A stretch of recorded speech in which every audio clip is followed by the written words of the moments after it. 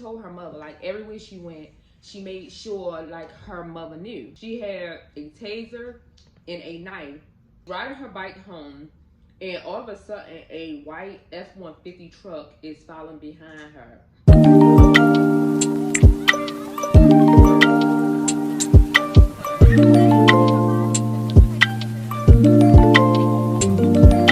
Hello everyone, and welcome back to the channel. Today I have another story time.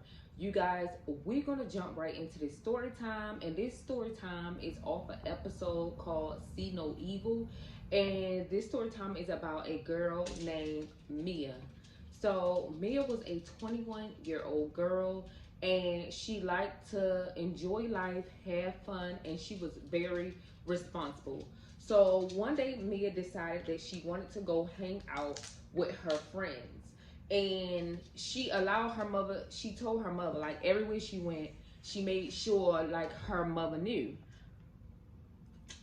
So this particular day, Mia was about to go out, and she had this one friend. His name was Jacob. Now Jacob and her were best friends, even though she had other friends, but she was more liable to hang out with Jacob than anybody else. Now, Leah tells her mother she's going out. Her mother says okay, and to remember that tomorrow is her brother's graduation. Now, she goes out with her friend Jacob to a bar, and they hang out for a little bit. They went and ate Taco Bell, and then they finally went to Jacob's house, and Mia chilled for a little bit before being on the way to go home. Around this time, she was now about to go home, and she told Jacob that she was about to take the regular path that she usually do to get home, and they parted ways. Now, Mia wound up changing her mind. She wound up going a whole nother route than usual. So she's riding her bike because she liked it to take her bike to get exercise, and plus she didn't have a car. So she's riding her bike home, and all of a sudden a white F-150 truck is following behind her. Now it followed her for a good bit, but before that, she saw the truck, but it's like the truck made some type of turn it back around to basically follow her. So she started pedaling a little faster and everything, and this F-150 truck rammed the back of her bike, flipping her off. Now, Mia was no punk. She had a taser and a knife. She went in on this person because basically he was trying to hem her up. So she was literally fighting for her life. Now, he finally gets a hold of her knife and starts stabbing her back. I mean, she left a lot of cuts and bruises on him, but he just got the best because he wound up having a gun and basically shooting her. Now, he takes her bike and put it in the lake, and then turns around and buried her because he wound up killing her. So now he buries her at a cemetery, y'all. He literally buries her at a cemetery. And so after he buried her, he went, and a couple of days later burnt his truck, tried to get rid of the evidence. And that same night, they said he wound up going to the hospital for all the cuts and stab wounds that was on his hands, back, and face and stuff. So now he's got to get rid of stuff, and he lied and said that he was robbed. So the next day came after, Mia went out with her friend Jake. The next day wound up coming, and her family was getting ready for her brother's graduation. So they're getting ready and everything.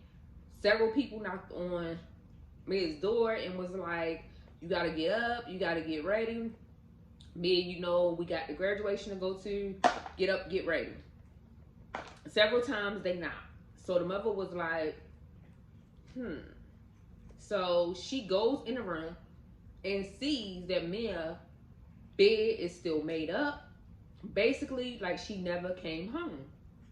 So the mother like worried a little bit, but she was like, maybe she's like at one of the friends' house and fell asleep. So she calling all the friends or whatever, like, have y'all seen Mia? One of her friends said she was with Jake last night. So the mother said, okay.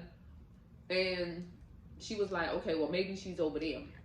So the mother called Jake. Jake says she left last night to go home, and she should have been home by now. So them rushing and everything, they wind up going to the graduation. Mia's sister wind up texting her like, girl, you, wherever you at, you gotta get up and come on. You know, our brother graduated. Like, we'll see you there. So they assuming that she's gonna respond and she's gonna be there. Well, no Mia at all. They all get home. Now the mother seems to be really worried because this is not like her. And they said Mia was a very responsible girl. I mean, when she said she was gonna be somewhere, she was gonna be somewhere. Like, no questions asked. Like, her word was her word. So the mother started getting scared. She called Jake back, asked Jake these questions, and Jake gives the same answers. So now the family is out searching for Mia in the possible areas that they know that she literally goes, you know, to come home. So now they're like, something's wrong. Something's really wrong. And they're like searching for her in her bike. Like, if they can't find her, maybe they can find her bike. Maybe she's in a ditch somewhere. No sign of it anywhere. So now the mother calls the police. And she basically calls the police and was like, yeah, my daughter been missing for, you know, a good minute. That's having me worried. She's not responding to texts and calls. Like, I need help finding my child. Police feel like she's been missing in respectable time to put out a missing person report, and investigation starts. They start investigating.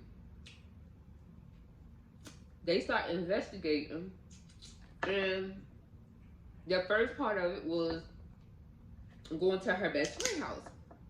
So they question him like, were y'all in a secret relationship? Like, that, you know, we need to know about. Like, if y'all were, like, you can tell us. And he was like, no, that's my best friend. Like, no.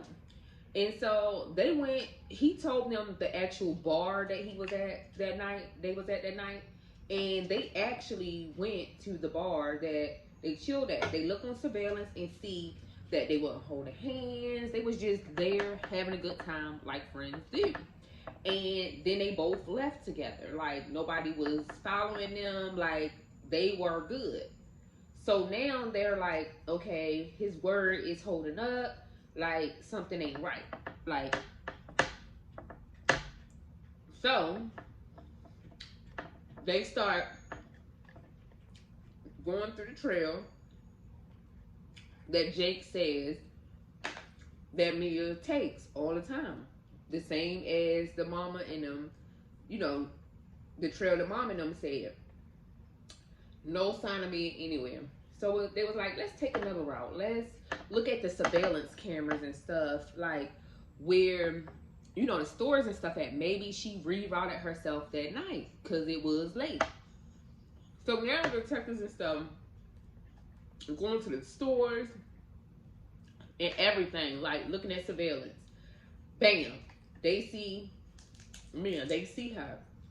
So they like, here she go right here.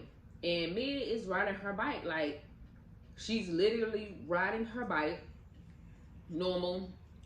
And they see also that it's 3 cars around that time on the road. 1 car registered to a person that worked in that area. So, okay. The next vehicle was like some people coming from the club.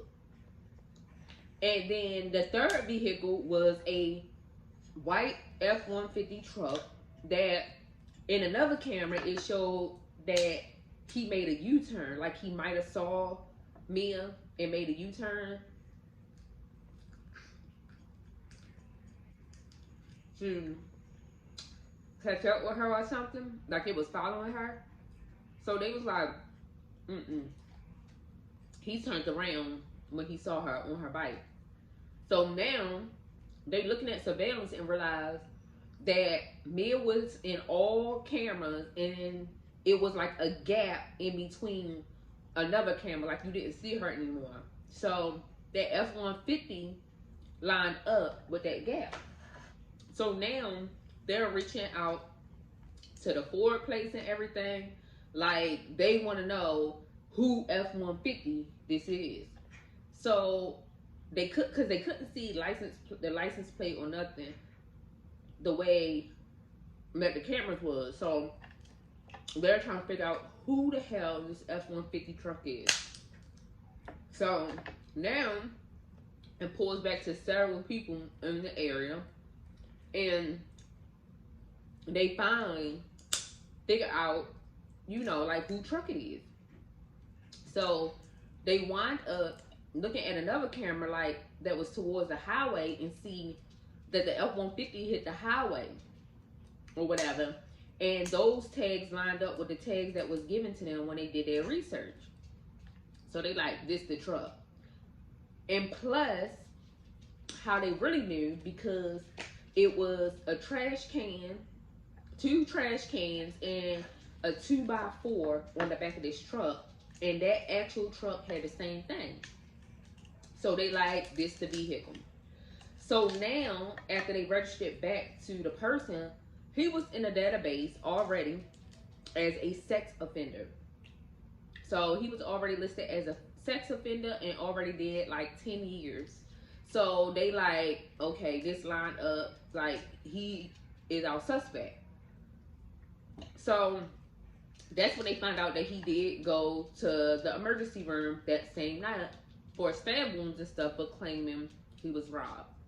So now they get another call saying that this F-150 truck, a F-150 truck was being burned in an alley.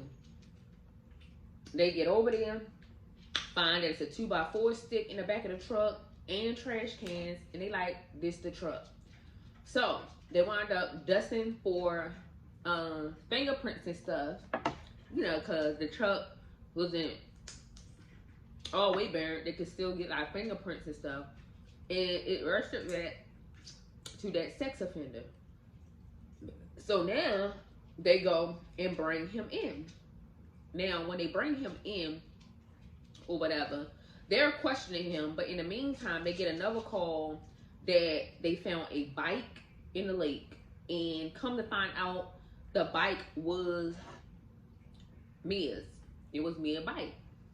And then they was like, let's run some tests. So while they questioning him, he still wouldn't talk. He wouldn't tell nothing. I mean, like, he really was still with the story that he got robbed. And so they was like, So they wound up testing Mia's bike, and, you know, to find out, like, had anybody hit it or anything. And they wind up testing it, and it was white paint on the bike. And they tested the paint, and the paint lined up with the F-150. Y'all will be so amazed how, like, investigation and stuff is, and how they bring stuff together. Y'all be like, especially on them shows, CSI and stuff, I'm like, well, dang. But the match of the paint on the bike was the same match of the F-150. So now they got proof and everything. So they go to him, and they like, we know you did it. We have proof. We have surveillance that you was in that area. We know that you did something with Mia. And he denied it and asked for a lawyer. So now at this time, they can't question him no more. So they wait for his lawyer to get in. And then they come up with an agreement. But first, they talk to Mia's family and was like, to get him to tell us where her body and stuff is, we need to cut him a deal. So the family agreed because, of course, they wanted to get her body so they can give her the proper burial.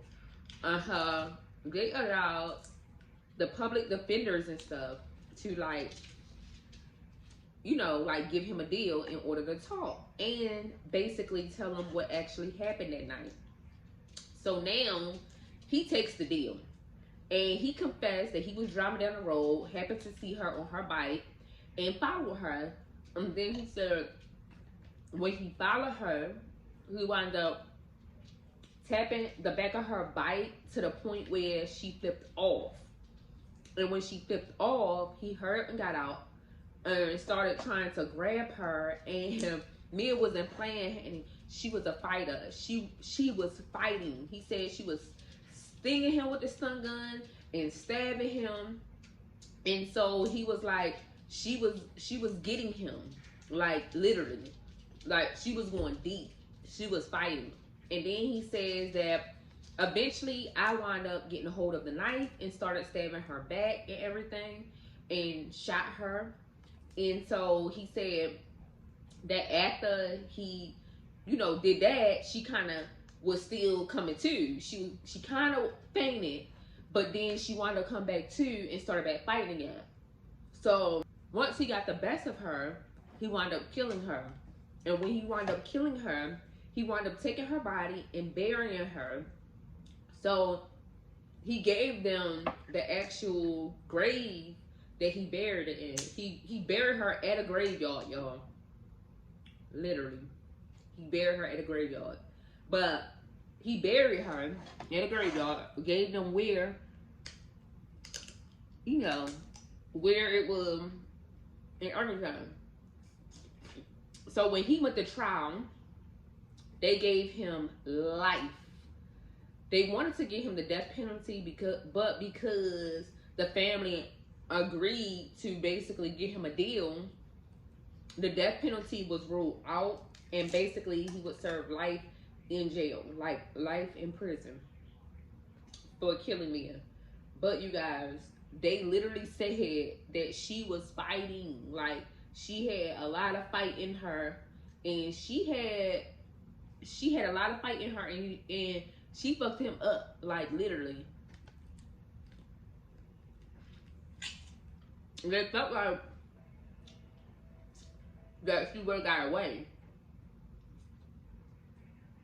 They felt like she would have got away if he wouldn't have had a gun, because how badly he was cut and stuff.